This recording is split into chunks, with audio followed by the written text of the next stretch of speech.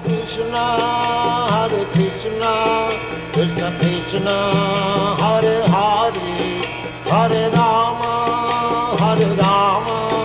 Rama Rama, Hare Hare. Hare Krishna, dear devotees, guests, welcome to our Sunday program and special program highlighting the appearance day of Lord Nrsimha Devi. So today, we will read from Srimad Bhagavatam, especially from the 7th canto, which speaks specifically on the appearance, or the reasons for the appearance and pastimes of the Lord, in his form as Narahari. But before we start, we have a small invocation mantra, which I will be chanting. Om Namo Bhagavate Vasudevaya. Om Namo Bhagavate Vasudevaya. Om Namo Bhagavate Vasudevaya.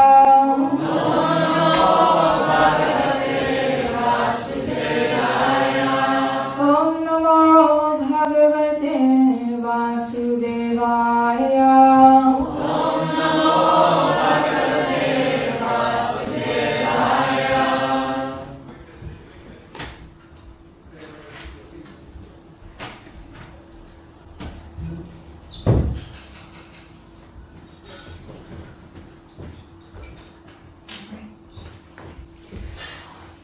So we'll begin with word for word. Tasmat, therefore. Vaira anubhandena,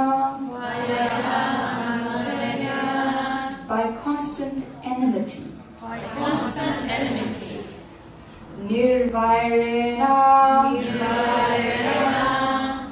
by devotion. 1 second. So it's Canto 7, Chapter 1, verse 26. Bhayena, by fear. Va, or. Snehat, from affection. Kamena, by lusty desires. Va, or. Yunjat, one should concentrate. Katanchit, somehow or other. Na, not. Ikshate, cease. Pritak, something else.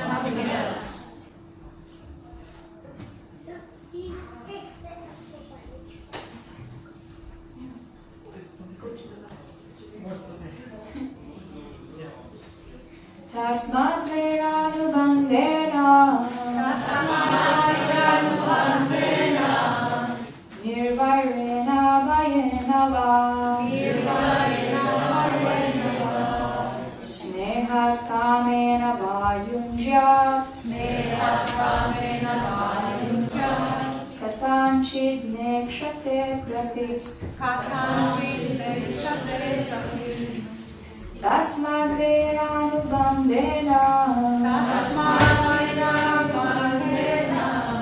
nirvairena bhayanava,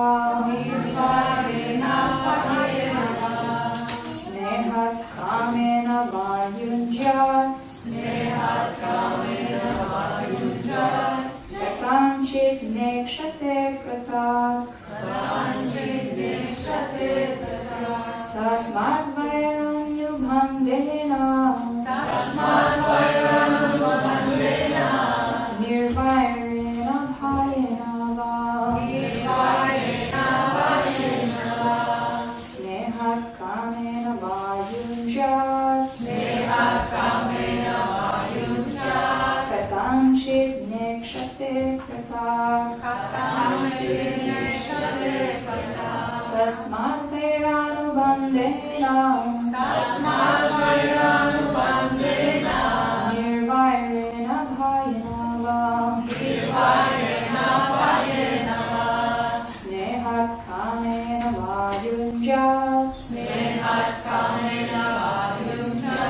Katanchid nekshate krita.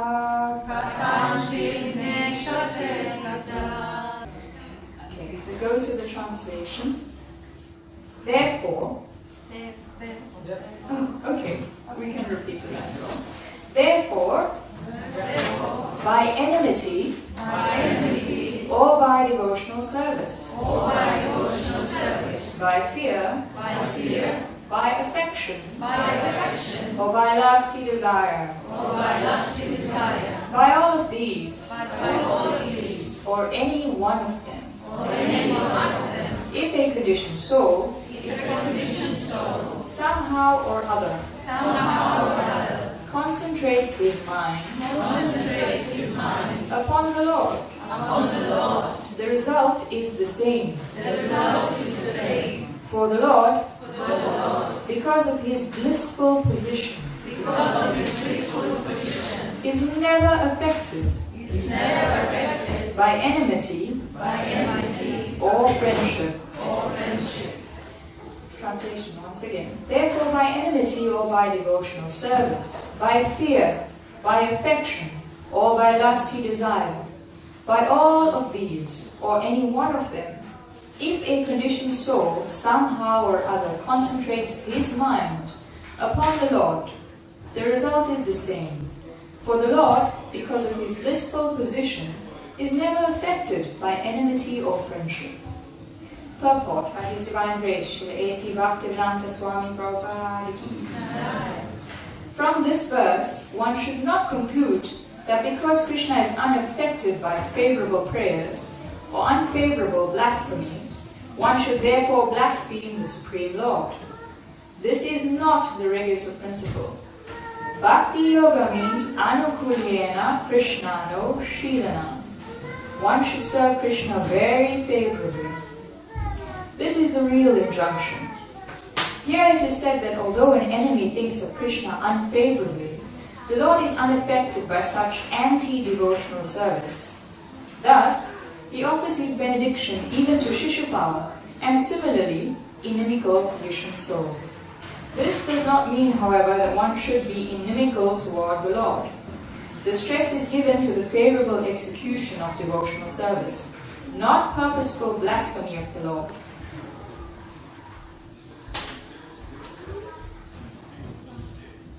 It is said, one who hears blasphemy of the Supreme Personality of Godhead or his devotees should immediately take action or leave. Otherwise, he will be put into hellish life perpetually. There are many such injunctions. Therefore, as a regulative principle, one should not be unfavorable toward the Lord, but always favorably inclined toward him. Shishupal's achievement of oneness with the Supreme Lord was different, because Jai and Vijay, from the very beginning of their material existence, were ordained to treat the Supreme Lord as an enemy for 3 lives and then return home, back to Godhead.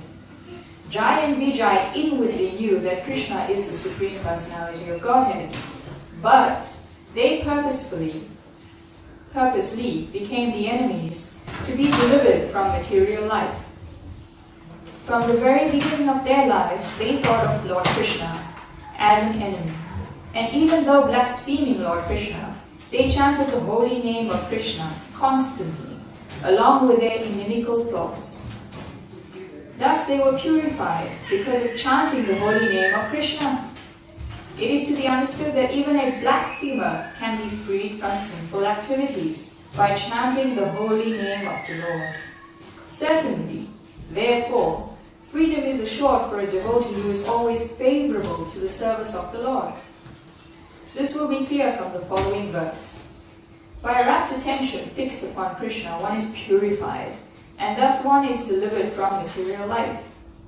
Srila Vishwanath Chakravarti Thakur has very nicely explained the word bhayena, which means by fear. When the gopis went to Krishna at the dead of the night, they certainly feared chastisement by their relatives, their husbands, brothers and fathers, but nonetheless, not caring for their relatives, they went to Krishna. There was certainly fear, but this fear could not check their devotional service to Krishna. One should not mistakenly think that Lord Krishna must be worshipped by an inimical attitude like that of Shishupal. The injunction is anukulyasya grihana, pratikulyasya varjana. One should give up unfavorable activities and accept only favorable conditions in devotional service. Generally, if one blasphemes the Supreme Personality of Godhead, he is punished. As the Lord says in Bhagavad Gita 16:19, there are many such injunctions that one should not try to worship Krishna unfavorably. Otherwise, he will be punished. He must be punished, at least for one life, to be purified. As one should not try to be killed by embracing an enemy, a tiger or a snake, one should not blaspheme the Supreme Personality of Godhead and become his enemy in order to be put into hellish life. The purpose of this verse is to emphasize that even the enemy of the Lord can be delivered, not to speak of his friend. Srila Madhavacharya also says in many ways that one should not blaspheme Lord Vishnu through one's mind, words, or actions, for a blasphemer will go to hellish life, along with his forefathers. In the Bhagavad Gita 16:19-20, the Lord says, those who are envious and mischievous, those who are the lowest among men, are cast by me into the ocean of material existence, into various demoniac species of life. Attaining repeated birth among the species of demoniac life, such persons can never approach me. Gradually, they sink down to the most abominable type of existence. One who blasphemes the Lord is put into a family of asuras, in which there is every chance of forgetting the service of the Lord.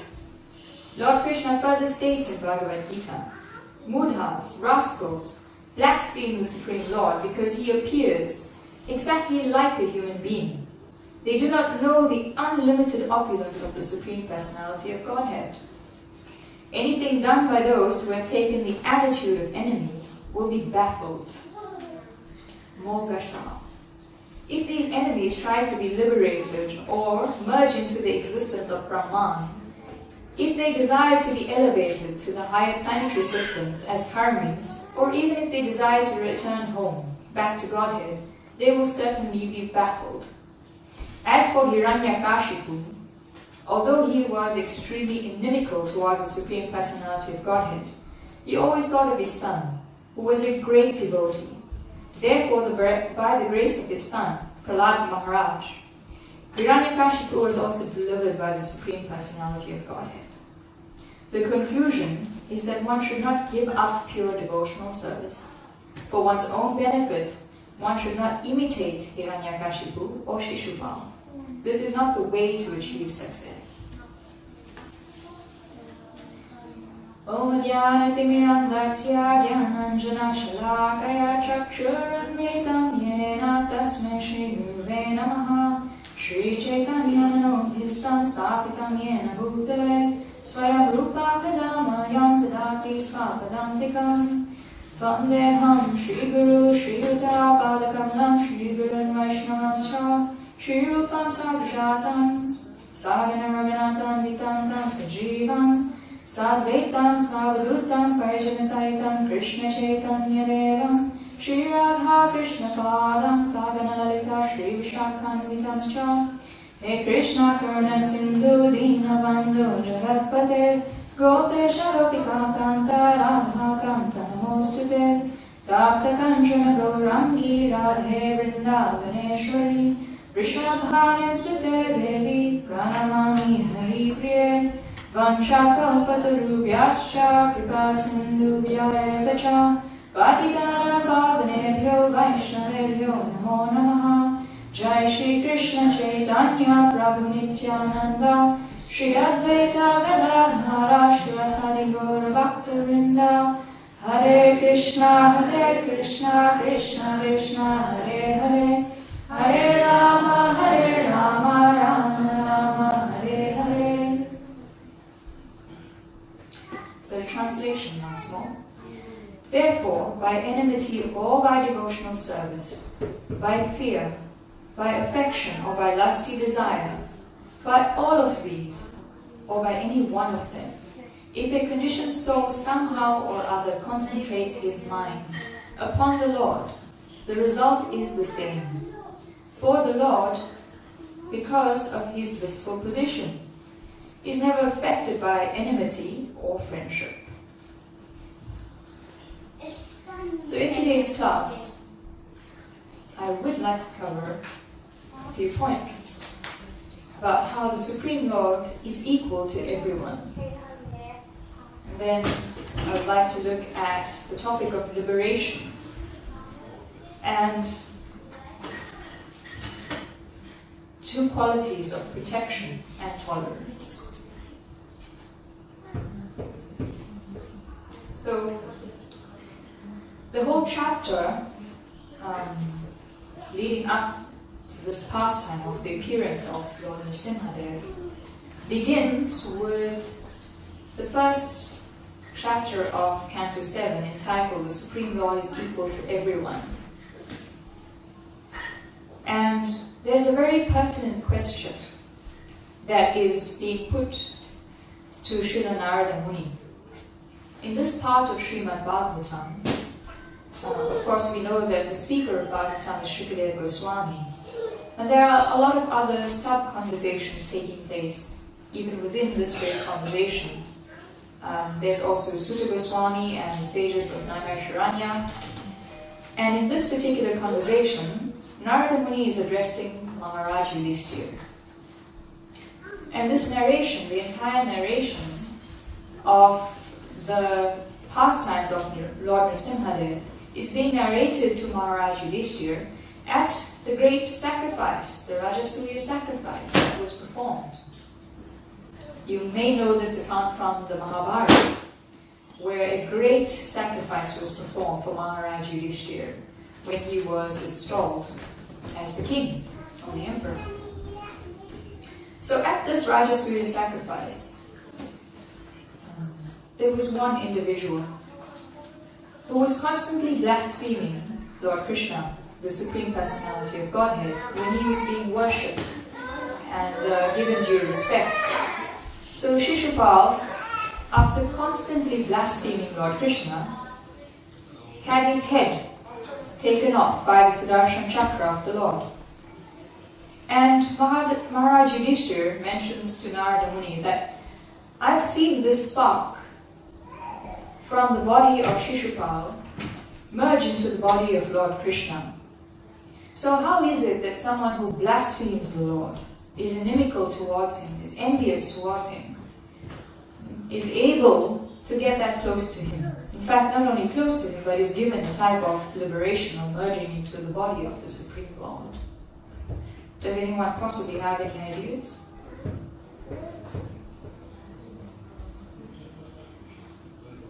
Throw it around, come on. Remind me. The time of death, when you think of Krishna, you come to him. So Shishupal was always like, though inimical, he was always like, she wasn't like contacting Krishna. By thinking of him. By the last and in that format he was in front of Krishna. So that was the thing. Okay, well, that's one idea. Anyone else? Because we also have examples of people inimical to the Lord who weren't given liberation. Just keep that in mind. Yes, Shina? Maybe because he was looking at Krishna himself at the time of death. Directly. Yeah, directly. So when and it's better to keep him to actually look at Krishna in person himself. Yes, not everyone receives that kind of benediction. Possibly, but not quite yet. Right. But then he was killed by Krishna personally. So. Okay, very good reason, number 3. But actually, Maharaj Yudhishthira asked this to Narada Muni. Like, okay, so we've seen other inimical persons, other envious persons, like King Vena.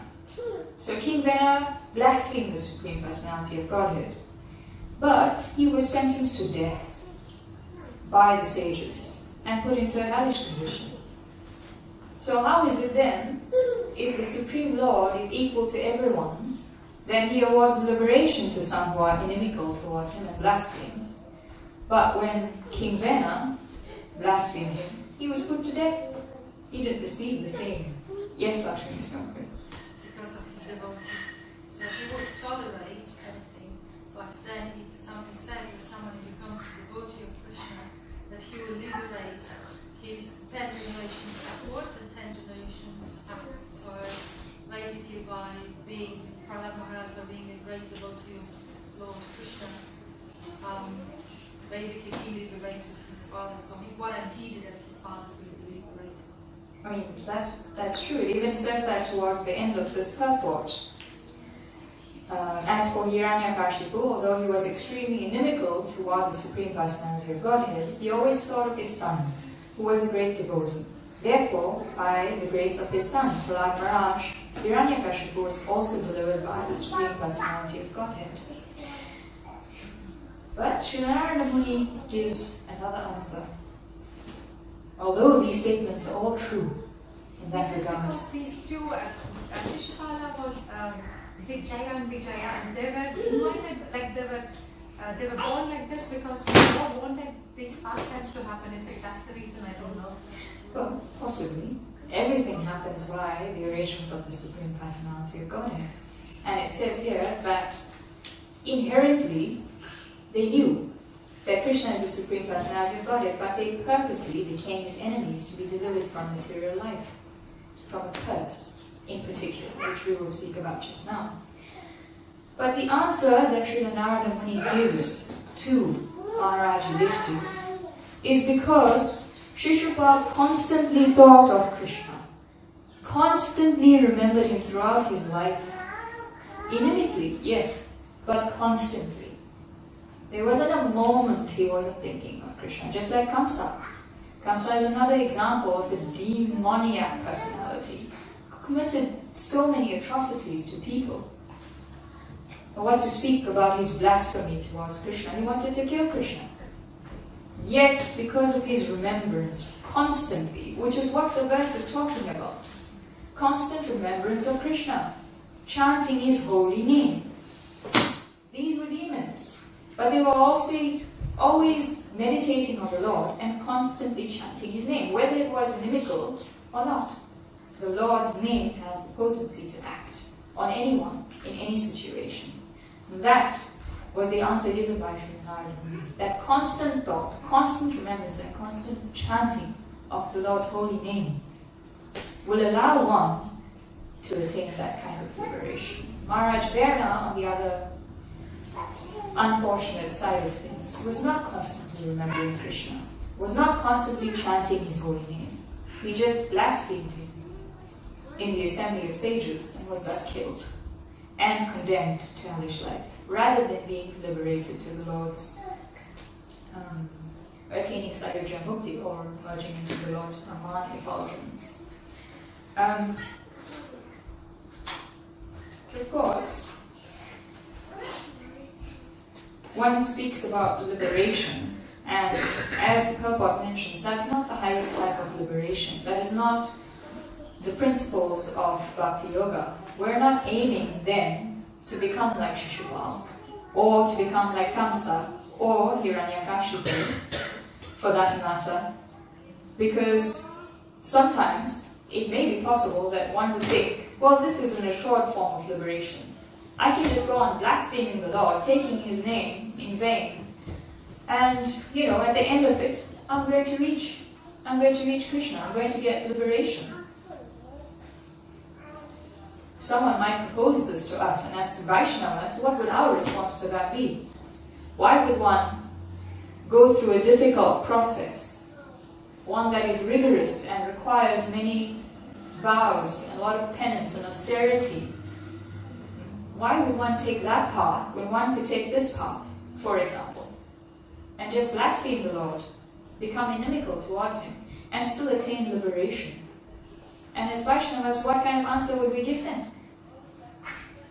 We know that this is unfavorable. Yes, Vitalin. Well, I suppose Vaishnavas are not interested in liberation. Yes. They're interested in prema bhakti. Precisely. So there are many different types of liberation.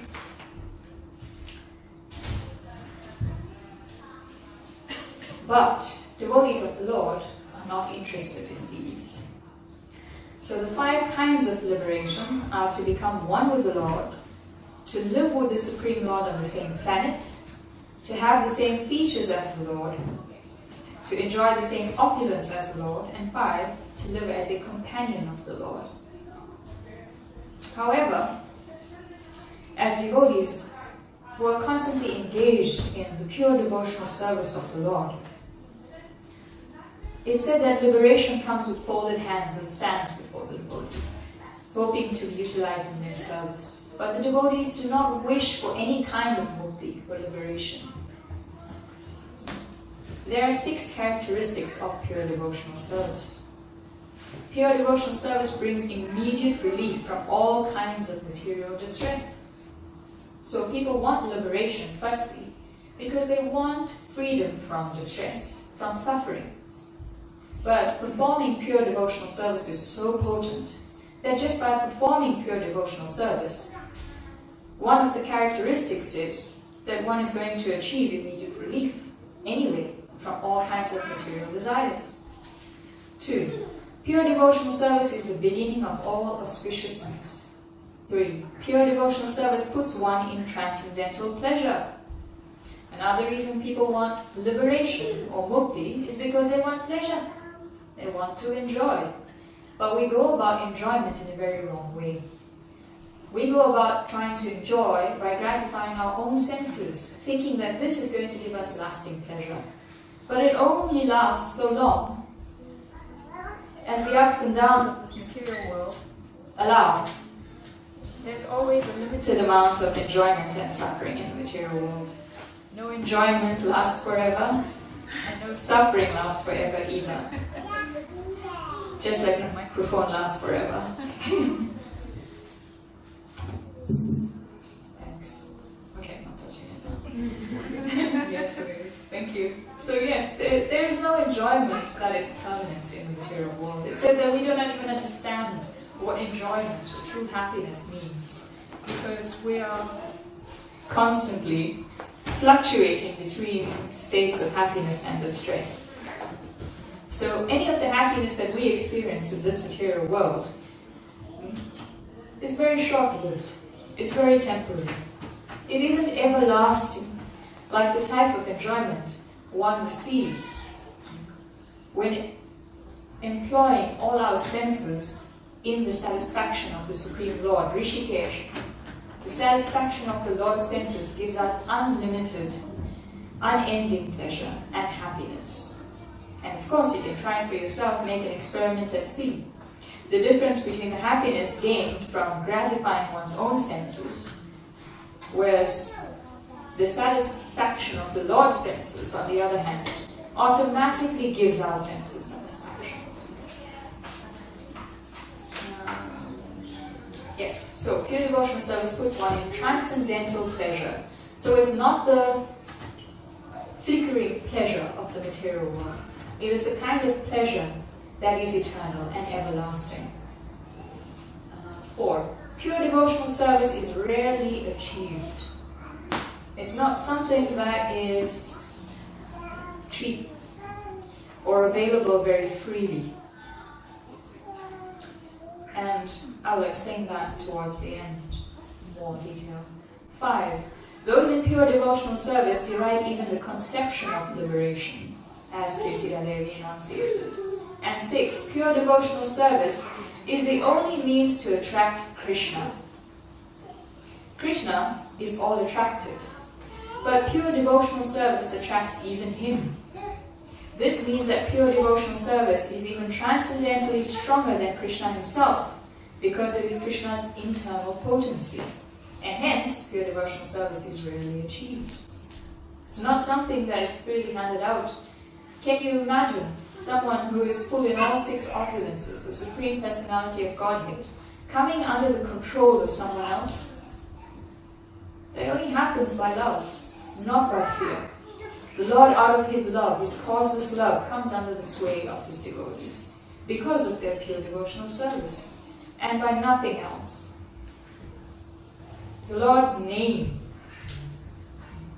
can rid one from all types of fear, and is said to be feared by fear personified. So here, even when someone is affected by lusty desire, or by fear, by affection, it said by any one of them, if somehow or the other living entity concentrates on the Supreme Personality of Godhead, chants His name, thinks of Him, remembers Him, His pastimes, His activities, His devotees, especially the relationship He has with His devotees, like the relationship that He displays here with Prahlad Maharaj, then one is sure to receive the result, the desired result. So this was the basis of questioning for the beginning of the appearance of the Lord.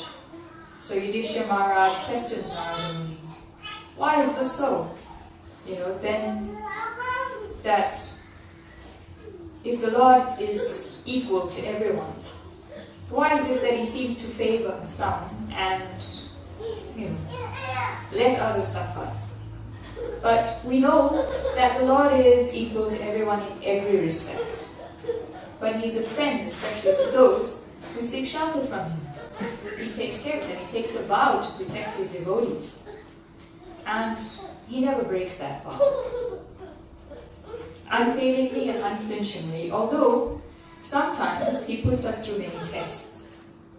Like the test that Prahlad Maharaj had to go through. They weren't really tests as such, but he had to endure a lot of suffering, it may seem, on one level. He was put through fire, almost burnt alive, thrown from a mountain. Prahlad Maharaj was poisoned. He was beat, he was put into a pit of poisonous snakes. All of these things in an attempt to kill him. Just like the Pandavas, the very intimate associates and devotees of the Lord. They had to endure a lot. Many, many types of suffering, many attempts at their lives. Whether it was the House of Black, being poisoned as well, and then there was a gambling match in which their wife, Draupadi, was embarrassed. There was an attempt to disrobe her. And they were banished to the forest, exiled for many years. There were many hardships. And yet they're the most intimate devotees and associates of the Lord. Yet Krishna was always there to protect them. So this is something we should think about, that even though sometimes we may go through hardships, and the material world can be extremely difficult. We can go through a lot of troubles, a lot of problems.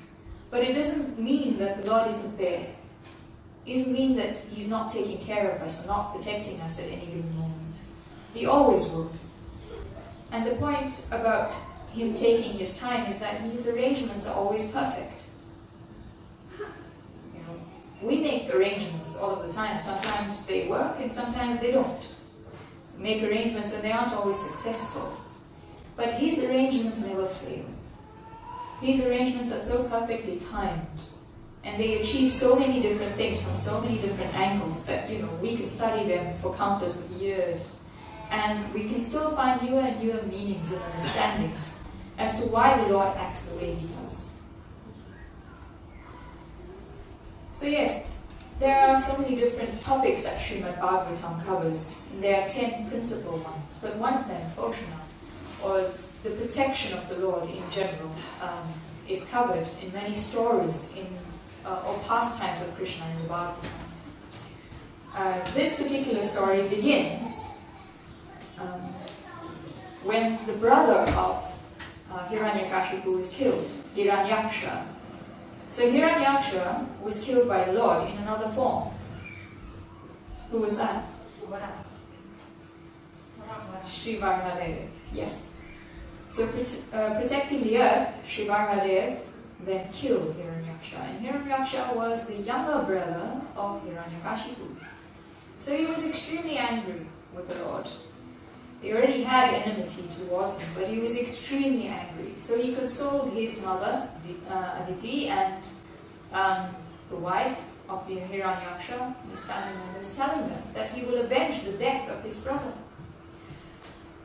And yet, unbeknown to him, he had 4 sons, They were very qualified. Yet one among them shone out, and he was Prahlad Maharaj. So this young son of Hiranyakashipu, while still in the womb of his mother, was protected. It seemed like both the gods and the demons wanted to kill Prahlad Maharaj. While in the womb of his mother, Indra wanted to kill Prahlad Maharaj. But Sri Narada Muni gave shelter, gave protection to the mother of Prahlad Maharaj and to Prahlad Maharaj himself, explaining how a great devotee is actually in the womb. And he will be the liberation of their race. So yes, Prahlad Maharaj, even before being born, was facing such adversity that he already, when his father was away doing penance for hundreds of years, he was already facing death. So Hiranyakashipu, while meditating for hundreds of years, doing austerities that even rishis and munis were incapable of at some stages, received the benedictions of Lord Brahma, particularly because he wanted to take the position of Brahma. So the demigods, who were suffering due to the power of the austerity and the penances that were being performed by Hiranyakashipu, went to Lord Brahma and said, "Look, Hiranyakashipu is performing penances to take your position as the architect of the universe. If you do not help us, he will burn the entire universe by the power of his austerities." So Brahma agreed that he would go ahead and look into Hiranyakashipu's wombs, asking of boons for all of his austerities. But yet when Brahma was approaching the place where Hiranyakashipu was performing his austerity, he could not even recognize where Hiranyakashipu was. Due to his austerities, his flesh, his blood, all the layers were eaten by ants, by termites. There was a huge termite hill, bamboo, lots of forestation that was around him. He couldn't even be recognized due to his years and hundreds of years of austerities. And Brahma finally found Hiranyakashipu, and by the sanctified water in his Kamandala pot, he was able to revive the body of Hiranyakashipu. And by Lord Brahma's benediction, he received a goldenish body. And being Hiranyakashipu, wanting to take revenge on his brother's death, he asked Brahma to become deathless and immortal. To which Brahma responded, "Not possible. Brahma himself lives for thousands and thousands and thousands of years, but from Brahma subject to such a high post, even down to the tiny ant, everyone in the material world is subject to death." So Brahma himself mentions to Hiranyakashipu that there is no way that I can give you that benediction. So Hiranyakashipu then decides to ask how he may become immortal by other means. Seemingly immortal to himself, by himself, he wanted to not be killed by any being that was created by Lord Brahma. No god, no demigod, man, no animal. And he also asked not to be killed in the day or the night. He asked not to be killed inside. He asked not to be killed outside. He asked many things. Anyone else? Any other benedictions come to mind that he asked for? Yes, no weapons. Not to be killed by anyone. Oh yes, not to be killed on the ground. Not Only day or night. Not day, not night. Yes. Inside or outside? Yes, not inside and not outside. Any others?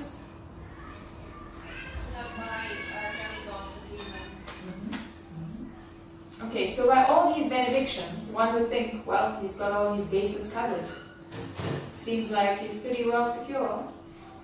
And Hiranyakashipu went on to live like this, as if he's the Lord of the universe. He usurped Indra's palace and lived in the heavenly kingdoms, ruling over everyone for years and years. And of course, the demigods went to Brahma and then to the Lord himself, imploring him, please, my Lord, we want to serve you, but out of fear, all the service that we're meant to offer to you, we have to offer to Hiranyakashipu. We do not want to do this. But, out of fear for his wrath, we have to now do this. And the Supreme Lord responded to them, that in due time, he himself will appear and annihilate Hiranyakashipu.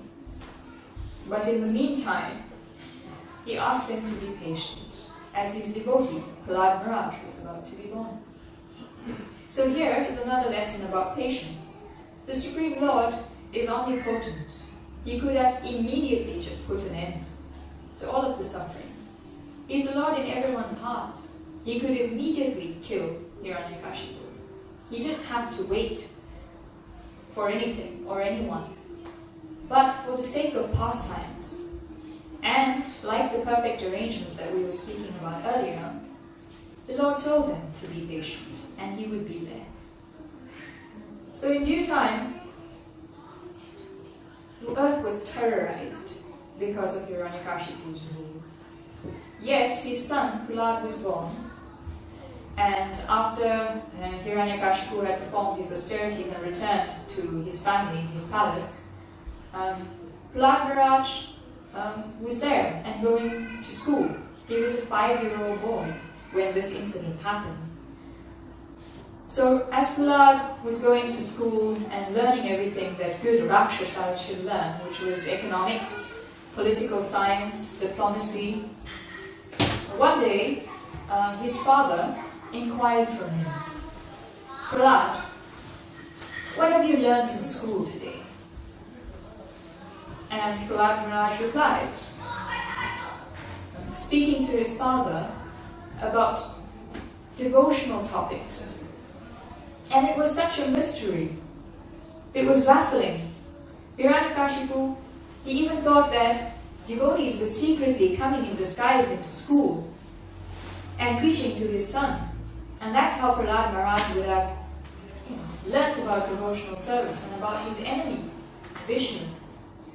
But actually, how did Prahlad Maharaj receive this knowledge?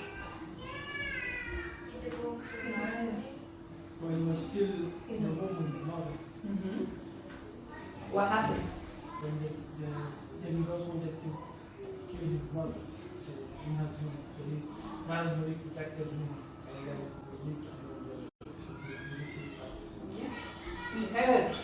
He heard devotional topics, he heard Srimad Bhagavatam actually, from Srila Narada Muni himself, while still in the womb.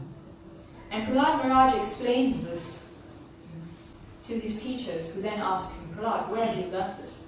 We haven't taught you this, so where does this come from? And Prahlad Maharaj explains that, while still in the womb. I heard these topics of the Supreme Personality of Godhead. I've understood devotional service. And the goal, or the aim of human life, well, he doesn't say human, but we understand it's the aim of human life. The aim of life in general is to please the Supreme Lord. And that's what Prahlad Maharaj was announcing. That, this is the best thing I've learned. And this infuriated his father. Because Hiranyakashipu felt like he was the most powerful person on earth, having conquered everyone up to Indra. And he was being worshipped. And then here is his little son saying to him that there is a supreme person, another who should be worshipped. And that is the goal of life, and that is the best thing to have ever learned.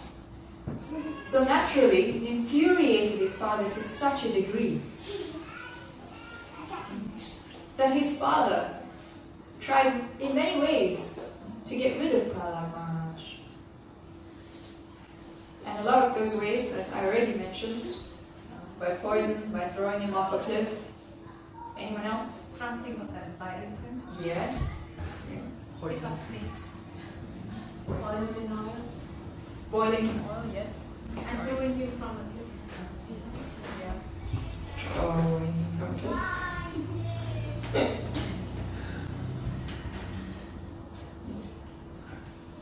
Hope this works. There. Sorry. But Prahlad Maharaj had to endure a lot. The sister, Holika, is another pastime where Prahlad Maharaj was seated on the lap of Holika, and she had the benediction that she could be present in fire and not burn up herself. So that was one idea of how to get rid of Prahlad Maharaj. So she seated this little 5-year-old boy on her lap, and then began her usual business. But that day it wasn't business as usual, because she herself, Holika herself, became consumed by the flames. That had never happened before. But why is it that Prahlad Maharaj was not consumed by the flames?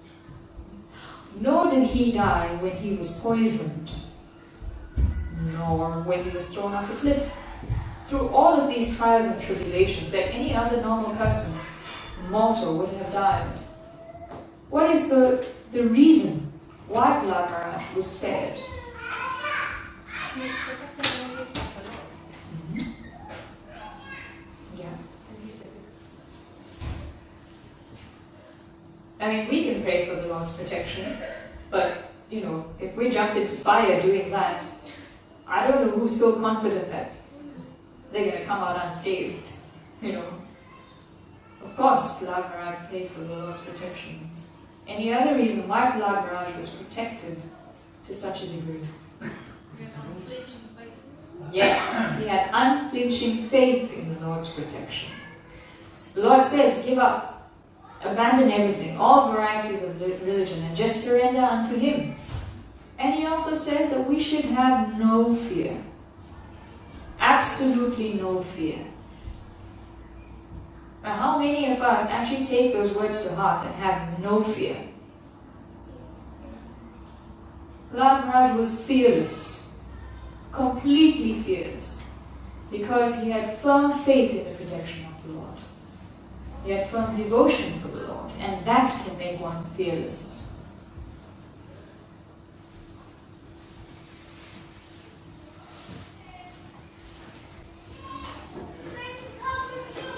Okay. And from this fearlessness agitated his father even further. So one day, while sitting on his throne, his father asks his young son, Prahlad Maharaj, how is it that all of these things have been done to you, Prahlad, but you do not die? Where is it that you get your power from? This Shakti, this power that you have to mitigate any of these attempts on your life. Where is it coming from? And of course, Prahlad Maharaj fearlessly responds, the source of my power is the source of your power too, dear father. Actually, he addresses him, oh, king of the demons. Doesn't even say God. My dear king of the demons. That source of everyone's power is the Supreme Personality of Godhead, Vishnu. And it is within everyone's best interest to worship Him. And that is the last thing that Hiranyakashipu wanted to hear. The last. Here is his son who is a bhakta, worshipper of his enemy. And he wanted to kill him immediately. Being enraged, he made up his mind that he was going to kill Prahlad Maharaj, his own son, a 5-year-old boy. And that's it. He made up his mind. Prahlad, I'm going to kill you. And I'm going to kill that Lord Vishnu. You think he's so great? Well, today we're going to see if he protects you. You say, He will. And then he asked Prahlad, so where is he? This great protector of yours, where? Where can we find him? And Prahlad Maharaj says, well, he's everywhere. My Lord is everywhere. And then Hiranyakashipu gets down from his throne and says, well, is your Lord in this pillar? And Prahlad Maharaj looks. And what does Prahlad Maharaj see? Yes. He sees the Lord there. Constantly there. And he responds to his father, yes, my Lord is there. Because he is seeing the Lord constantly. Constantly remembering and chanting the Lord's glories. And yes, for such a person, you can see the Lord everywhere. And in that pillar, he sees the Lord. He sees Nrsimha Dev there. And his father says, what? You see the Lord there? Fine, I'm going to kill him. I'm going to break this pillar and I'm going to kill him. And as Hiranyakashipu goes there to the pillar to strike it, out from the pillar emerges this form that was never seen before. This form that bewildered Hiranyakashipu. He had to think about what it was, who it was. But there, from this pillar, with a deafening roar, emerged this beautiful form, beautiful Narahari Rupa, Nrsimha Devi, half man, half lion incarnation of the Lord. And there, Hiranyakashipu, being bewildered, what is this? Who is this? How is he come from the pillar? Wouldn't you be bewildered as well? Someone decided to jump out of your pillar? Might be a bit interesting. But he definitely wasn't expecting that. Why? Because he's an example of someone who doesn't see Krishna everywhere. Doesn't see the energy of Krishna everywhere. So Prahlad Maharaj could see someone, namely the Supreme Personality of Godhead everywhere. But someone who isn't a devotee cannot see the Supreme Personality of Godhead present everywhere. So he was very bewildered. And then he sent his scores of armies to fight with the Lord. And the Lord annihilated all of these scores of people with all of the 10 weapons in his hands. He decimated the army in no time. And then it said that Hiranyakashipu then went to challenge the Lord. And in front of the beautiful, gigantic yet ferocious form of the Lord, it said that Hiranyakashipu looked wasp-like. How big is a wasp? Yeah, not very significant. But here, against this blazing form of the Lord, Hiranyakashipu was trying to strike. And it said that at one stage the Lord let Hiranyakashipu out of his grasp. And all the demigods exclaimed, alas, alas, because they were fearful. And they were thinking, oh, Hiranyakashipu has escaped from the grip of the Lord. We are all finished now. Unbeknown to them that this is all part of the Lord's Leela, or play. So, the Lord, he has a very playful nature, even in seemingly serious situation. He then caught Hiranyakashipu and stood at the doorway and used his lap for balance and bifurcated the demon. And he didn't just bifurcate him and that was it. He took his intestines and used it as a garland. And that was the end of Hiranyakashipu. Because he wasn't inside and he wasn't outside, he was in a doorway. He wasn't using any weapon, the Lord bifurcating him with his nails. It wasn't in the day and the night, because as we celebrated yesterday, the Lord appears at twilight or dusk. Any other benedictions that were left intact, but the Lord was still able to kill him? Oh yes, I will live in no dead. And also, he wasn't killed by any being created by Brahma. He was killed by the Supreme Personality of Godhead. So that's definitely not a being born from Brahma. Anyone else? It's not a human. Not an animal. Yes, not an animal, not a man, half lion. He's been killed in his lab. Yes. No weapons. Not in the air. Not on the earth. No weapons. What was that? No weapons, only nails. Yes, bifurcated by nails. No weapon or mantra. So all of these boons were left intact. The Lord kept the words of Brahma intact completely, and yet still killed Hiranyakashipu. So it said, Mare Krishna Rakeke. Rake Krishna Mareke. Which means, if Krishna protects, nobody can kill.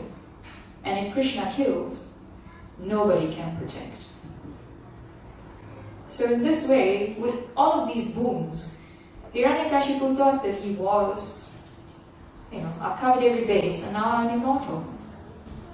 But he forgot. Just like other living entities, like ourselves, we forget the ingenuity of the Lord. The Supreme Personality of Godhead, who is full in all six opulences. If he wants to protect someone just the way as he protected Prahlad Maharaj, no one and nothing can harm them. But if he wants someone dead, he wanted Hiranyakashipu dead. Through all those boons, he was still able to bypass them easily and kill him effortlessly. But the Lord appears not just to annihilate the miscreants. He comes to give pleasure to his devotees. The Lord came to please Prahlad Maharaj more than he came to kill Hiranyakashipu. And it said that after that, the Lord was still in a very ferocious mood. And no one could approach him. So Lord Brahma said to Prahlad Maharaj, the Lord has appeared for you. Please go, please approach him. Because even Lakshmi Devi didn't know how to approach her Lord in that form. And when Prahlad Maharaj approached Nrsimha Devi, the Lord put his hand on the head of Prahlad Maharaj. And that kind of benediction that Prahlad Maharaj was offered. Anyone wanting anything would jump at that opportunity. Here's the Lord of all lords offering me anything I want. Obviously, people will ask for something, but Prahlad Maharaj didn't want anything. But the Lord implored him, I have to offer you a boon. Please. And all Prahlad Maharaj asked for was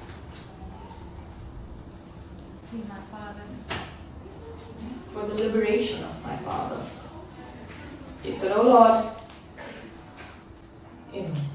for myself, I'm fine. But it pains me to see the suffering of other living entities, of the other conditioned souls. Because that's Prahlad Maharaj's position, he's a devotee. It's not only that he feels, oh yay, I can have liberation and I'm fine. He feels genuinely for the other people who are suffering. He doesn't want them to suffer either. And he says, especially my Lord, my Father, the lowest of the lowest, the King of Demons, my Father. I could only ask you for liberation of his soul. And as a benediction, Nrsimha Dev gave Prahlad Maharaj the benediction that 22 generations before and 22 generations after of his family would all be liberated.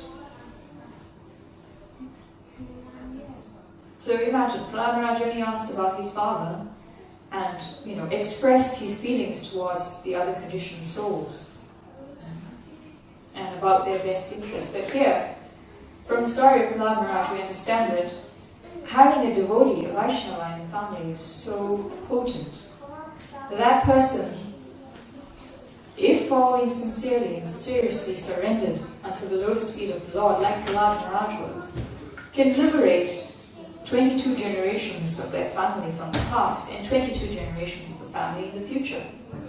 What to speak of the current generation and family? Well, I think we will stop there then. Grantaraj Srimad Bhagavatam ki Jai, Srila Prabhupada ki Jai, Divine Appearance Day of Nrsimha Devi ki Jai, Bhakta Prahlad ki Jai, Jai Govind, Hari Bol, Hari Hari Bol. Srila Prabhupada ki Jai. Beautiful. Hare Krishna,